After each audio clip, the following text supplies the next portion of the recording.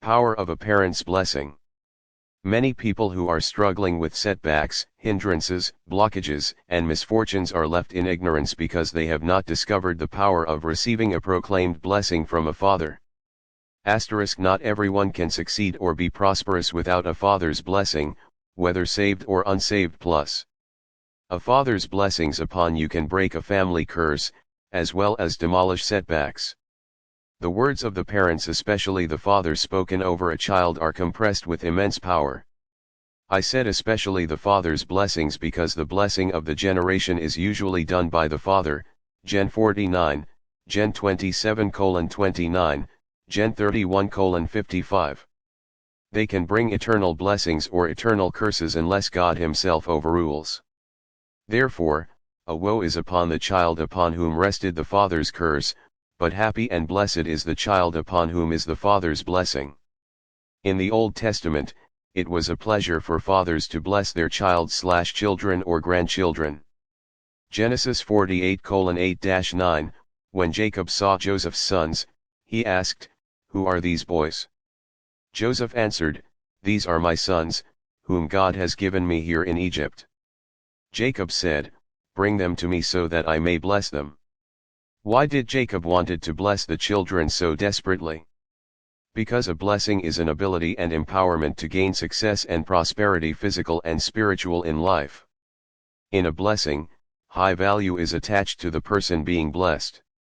Blessings help propel people into their destiny and immediately create open gates where they can become a beneficiary of success in the future.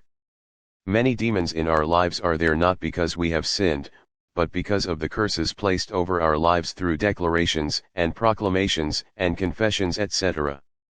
A curse of poverty and setback and prosperity hindrance will be overthrown, dislodged, and replaced by the blessing of a father. This blessing will change the person's disposition. Examples of power in father's blessings. Jacob's blessings upon his children, blessings we can use. Blessing of Ephraim and Manasseh, Gen 48:16, the angel which redeemed me from all evil, bless the lads, and let my name be named on them, and the name of my fathers, Abraham and Isaac, and let them grow into a multitude in the midst of the earth. Gen 48:20, and he blessed them that day, saying, In you shall Israel bless, saying, God make you as Ephraim and as Manasseh. Blessing of Joseph, Gen 48:15-16, then he blessed Joseph, may God, whom my fathers, Abraham and Isaac served, bless these boys. May God, who has led me to this very day, bless them. May the angel, who has rescued me from all harm, bless them. May my name and the name of my fathers Abraham and Isaac live on through these boys. May they have many children, many descendants. Blessings of Judah, Gen 49:8, Judah, thou art he whom thy brethren shall praise, thy hand shall be in the neck of thine enemies, thy father's children shall bow down before thee. Gen 49:10 The scepter shall not depart from Judah, nor a lawgiver from between his feet, until Shiloh come. And the obedience of the peoples to him. Blessings of Asher, Gen 49:20, Asher's food shall be rich, and he shall yield royal delicacies. Blessings of Joseph, Gen 49:22, Joseph is a fruitful son by a well, whose branches run over the wall. Gen 49:24, but his bow abode in strength, and the arms of his hands were made strong by the hands of the mighty God of Jacob. From there is the shepherd, the stone of Israel. Gen 49:25, by the God of your father, who shall help you. And may the Almighty bless you with blessings of heaven above, blessings of the deep that lies beneath, blessings of the breasts and of the womb. Gen 49:26, the blessings of your father are greater than the blessings of my ancestors, to the utmost bound of the everlasting hills.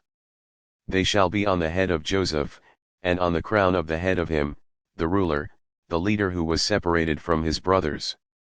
Having said that, the blessings of Ephraim and Manasseh have sounded throughout the history of Israel and is now used as a traditional family blessing upon the Israeli males. Why? Just before Jacob died, he blessed his two grandsons, Ephraim and Manasseh * sons of Joseph +. He says they will become role models for the Jews. On that day Jacob blessed them and said, in times to come, the people of Israel will use you as a blessing. They will say, * to their children + may God make you like Ephraim and Manasseh. Genesis 48:20. We also see a confirmation of this blessing in Ruth 4:11, where Rachel and Leah were used as the role models for women of this age. Their character and virtues were used as a pattern of imitation among Jewish damsels. Ruth 4:11, the Lord makes the woman that is come into thine house like Rachel and like Leah, which two did build the house of Israel. Blessings of Rebekah, Gen 24:60, and they blessed Rebekah and said to her, our sister, may you become thousands of 10,000s, and may your seed possess the gate of those who hate him. The blessing that God himself wrote. When God wanted to establish Israel as a nation, he told Aaron to proclaim the blessing of, Numbers 6:24, 27, upon the children of Israel, in order to put his holy name upon them. This blessing is what the established Israel in victory and prosperity among all nations on earth. Many people do not understand the power of this blessing. There is evidence that this blessing was used on silver amulets as discovered in graves at Ketephinam, Jerusalem, and dating back to the First Temple period. You should place your hands over the children and say this blessing over them every day. Even anointing your children has a great significance. Anointing children is as a seal upon the child and keeps with the verse from Ecclesiastes 9:8, let your garments be always white, and let not your head lack oil. Abraham told his servant history, Genesis 24:2, to put his hand under his thighs and make an oath. What does this mean? Why the hand under the thighs? The King James Bible did not translate the verse to mean what it really mean, but when the servant placed his hand under Abraham's thighs, it was to take hold Abraham's testicles. Yes, the servant actually held Abraham's testicles and make an oath. Why Abraham's testicles? The holding of Abraham's testicles and swearing means that the servant was making an oath not upon Abraham, but upon Abraham's entire generation. Remember, the testicles represent generation/seed. This oath is heavy. If the servant breaks his oath, then the judgment that would come upon that servant would not be from Abraham only, but it would come from Abraham's entire generation.